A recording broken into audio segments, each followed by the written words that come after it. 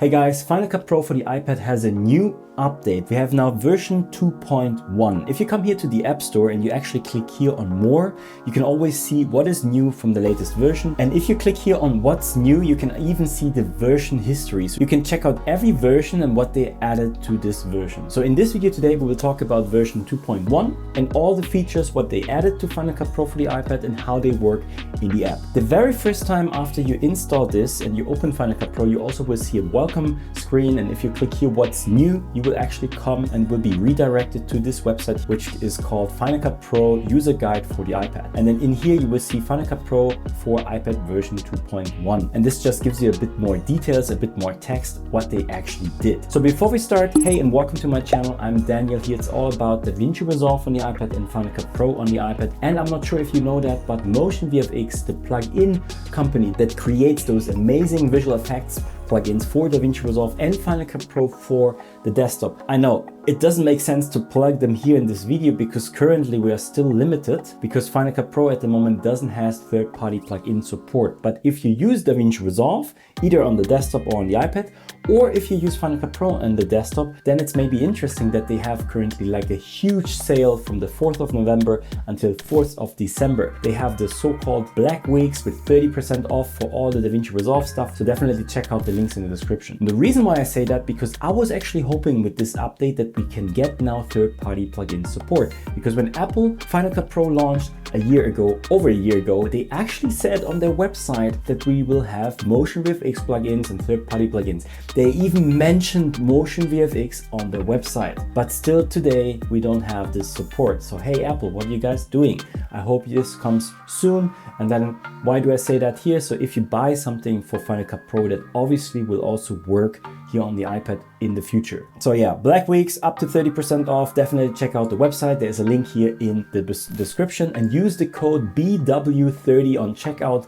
to get 30% off. So the first one that they did is enhance light and color. So now automatically improve the color and color balance, contrast and brightness in the video and still images with the enhanced light and color effect. So how this works is, so let's say for example, I have here a clip that is underexposed. So it's too dark. What I can do now is I can click this clip, come in the inspector, and then here under the tab for the effects, I can say now here, add an effect, and then say here color adjustments. And now under the color adjustment, we will have this one here, enhanced light and color. And I just have to click this and then automatically it will recognize this and I can turn this on or off and it will improve the brightness and light of my image. The second one, live drawing inks. Add personalized animation to your videos with the new watercolor, crayon, I don't know what this is, and fountain pen. So 3 new pens that we have for live drawing. So if we come in here, close the inspector, and let's say for example here on that position, I come into the live drawing. I have now here with my pencil, if I come down here and I scroll to the left,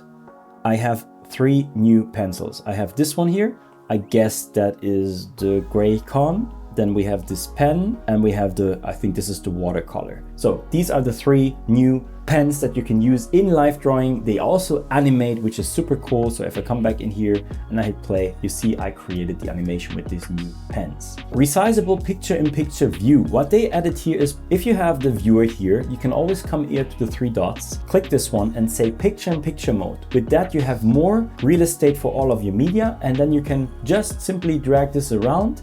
And what is now new, you can even change the size, make it bigger or smaller as you wish here with this picture-in-picture mode. Finally, high frame rate project. So now we can actually set our frame rate for the timeline to 90, 100 or even 120 frames. Unfortunately, what they didn't change, I will show you. You have to come back here to the projects and then here under timeline, instead of now saying edit, I can actually come here to this little icon and now I can edit my current timeline or create a new timeline. So what they did now is if I add a new timeline, and I say here under format, not automatically, I come here to custom. Under the frame rate, I can change now the frame rate up to 120 frames and then create this timeline. What they didn't change, and this is kind of an issue since the beginning, not really an issue, but you just have to know that this timeline I created with 30 frames.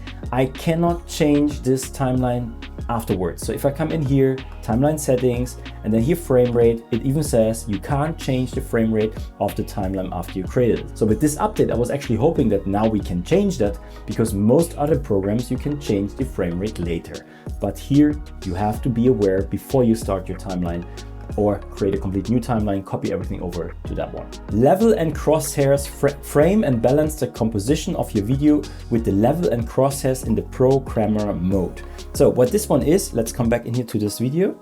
If I open the Pro Camera app here, Pro Camera, inside of Final Cut Pro, and I come here to the settings, I can see here under tools, we have now the level.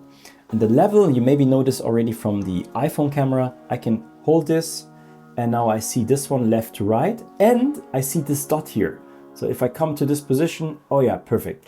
That is the levels and the crosshairs. You can use this now in the Pro Camera app. So the next one, Apple Pencil Pro Haptics. I don't have the M4 with the Apple Pencil Pro, but if you have the M4 with Apple Pencil Pro, now you will have haptics with the Apple Pencil Pro if you're using Final Cut Pro on the iPad. If we check out the what's new here directly in the App Store, we even see increased efficiency with new keyboard shortcuts for common tasks in the browser and timeline. So if I come to the Apple website, and if I search for the Final Cut Pro user guide and the Final Cut Pro keyboard shortcuts, you will have all of the shortcuts here on this website. I will make a link here in the description to this website. But one thing to notice is if you are in Final Cut Pro and you just hold down the Command key, you will also see this list here with all of the shortcuts that they now added. If you have a Magic Keyboard or any Bluetooth keyboard, you can use these shortcuts to speed up your workflow in Final Cut Pro for the iPad. And then we have a couple of improvements. I will not go over all of them, but they are basically here for the Kovacs. So if you want to learn Final Cut Pro on the iPad, I created a complete masterclass for you. Definitely check out the link here in the description. I will bring you from a beginner to a pro with this course just made for the iPad and for you. And you have a lot of bonuses in this one as well. And if you want to get one of the plugins from MotionVFX, definitely check out their website. There's a link here in the description as well. Use the code BW30 for checkout to get 30% off for DaVinci Resolve or Final Cut Pro. That's it from this video. I hope you liked this. Hit like, subscribe, ding a ding and a bang bang gong. And we'll see us in the next video. I'm Daniel. Bye.